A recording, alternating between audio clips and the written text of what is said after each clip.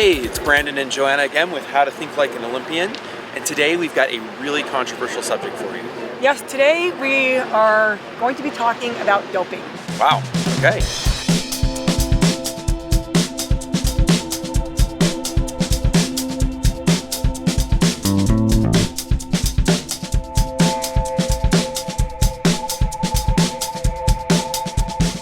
Well, with the Olympics upon us and all the scandals that have gone on, it seems apropos. It certainly does. So, Joanna, we're not just going to be talking about current doping, correct? Well, we'll be talking about doping in general. Right. And doping in sports has been around since the inception of the Olympics. Right. Do you know some of the crazy things people have doped with? Well, I've heard of cocaine and amphetamines. And of course, there's EPO, but believe it or not, in the first Olympic marathon, the winner was given strychnine to make it to the finish line. That's poison. That doesn't sound so good. It really doesn't. No. But so we're gonna be focusing on what's happening in today's world of doping, correct? We will be. Okay. And we'll harken back to some doping scandals Right. and kind of how that affects sports. Sure. Okay, sounds good. So we're in Boulder, Colorado right now, and we're outside the Ironman Expo. Today we'll be talking about three perspectives of doping. There's the athlete perspective, the spectator perspective, Okay. and the age-old question, should doping be legalized? Sounds good.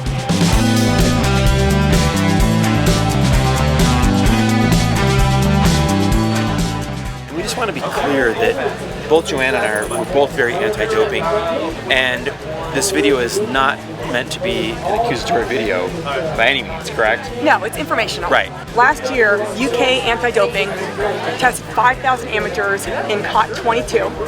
And over the last 4 years, US Antidoping has also caught 20 amateurs. So clearly we're seeing an influx. Right, a rise of amateur doping.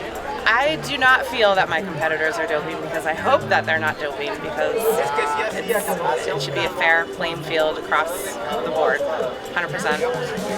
Out here in Boulder, I don't believe so. I don't expect that somebody in an age group would try to dope just to win a spot somewhere, but I could be naive.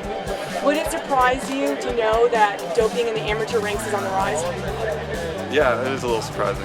What do you think that is? Well, I think that amateurs, they want the glory. They want their Kona spot or their Boston Marathon qualifier. Right. So another thing that is causing this amateur doping to go on the rise is the accessibility, right? With the internet now, you can buy just about any substance you want with instructions on how to use it. Right, and before we shot this video, of course, I Googled it, and believe it or not, I could have EPO delivered to my doorstep with instructions within 3 days. Yeah. That's kind of scary. It is scary. Yeah. Well, we're talking about amateur doping, but in the professional ranks, studies have estimated that 14 to 39% of professionals are doping. It's a very big number. Yeah, it's a wide margin, but it says a lot as well.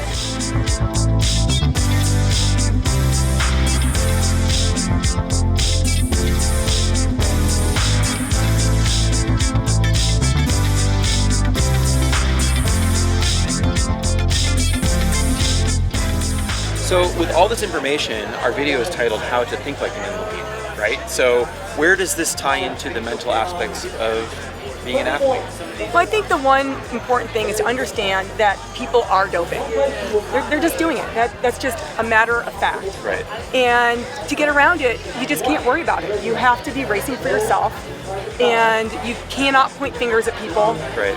That is so destructive, and I know that we all kind of do that sometimes. You see this magnificent performance, and you automatically think the person's doping. Right. But pointing fingers is only going to make things worse. Right. And how do you feel about the notion that people in your age group are doping? It's aggravating because Ironman, I truly believe, is a sport that comes from your heart. It's a spiritual, emotional, and physical journey, and it should be done clean. If I knew that my competitors were doping prior to the race, I really don't think that I would let it affect me because I know that I would be playing a fair game, and those who cheat, it comes out in the end.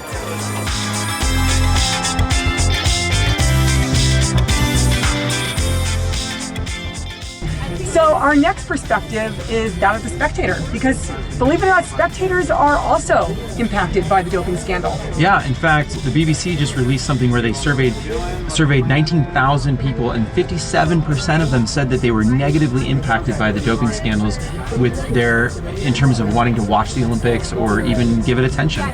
I know, that's actually a pretty strong sentiment that many people said that because of doping, they don't want to watch the Olympics. Right. Does that affect your sort of enjoyment of watching the Olympics or watching sporting events, knowing that that's going on? Not necessarily. I mean, sports, I love watching sport anyway, regardless. Yeah, I mean, to me personally, I follow when all the scandals came out, and then I kind of closed an eye on it. Kind of don't even want to know, because that takes the enjoyment out of watching sports and following, and also being an athlete. So you know what, that statistic and spectators saying that they're not as interested anymore in watching these kinds of events, why do you think that matters to them? Well, I think it matters for a few reasons. The first one being that they start to doubt everybody. We know that not 100% of athletes are doping. Right. Sometimes spectators feel that it's 100% of athletes, and so it casts a shadow on the clean athletes. Right. And then the other thing is, I think a lot of spectators often feel that perhaps by watching it, it's helped contributing to the problem, that they're viewing it, so now the athletes want to have a better performance, so that they'll watch, and you get into this vicious circle, and the spectators don't want to be a part of that. So they feel like they're part of the problem, or contributing to the problem if they support this. Exactly. Right. With the Olympics, we've seen doping scandals before, and I always wonder how these guys are going to get the tenths of a second off of their time, and when they do break records, it does make you skeptical about what's going on, and I think it's just sad because these guys work so hard, and if somebody is doping versus not doping, it's not really fair to the non-doping individual.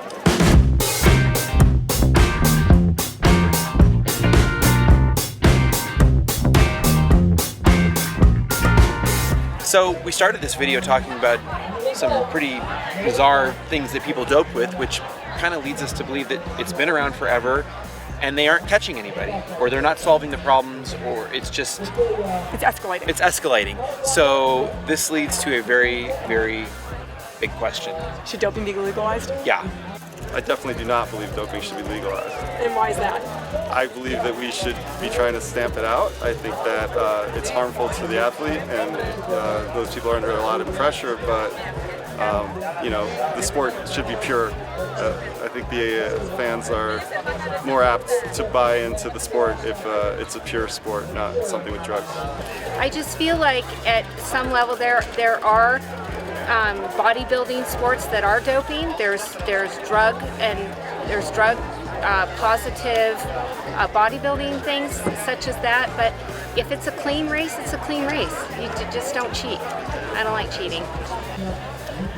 So originally, sports and the Olympics were about the athletes, and over the years money and corruption has infiltrated it, and legalizing doping would simply add to that whole conundrum of problems, right? It certainly would, because now all of a sudden athletes would have pressure from sponsors and the media and their own governing bodies to take barbaric cocktails of drugs so that they can accomplish incredible feats of athleticism.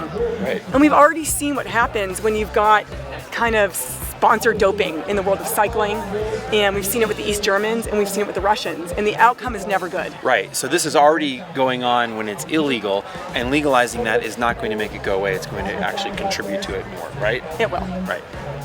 Well, I hope you enjoyed our video on this very controversial subject of doping. Everybody is affected by doping, whether you're a clean athlete, if you're a spectator watching, and it makes you have concern about whether performances are real. And of course, there's the age-old question of whether it should be legalized. And you'll formulate your own opinions based on what we've said. But our take-home message to you is please don't dope, don't succumb to the dark side, race with integrity, and you'll be able to look yourself in the mirror and know that you raced clean. And in terms of spectating, try not to let it affect your ability to enjoy these wonderful sports that we're about to watch in the Olympics.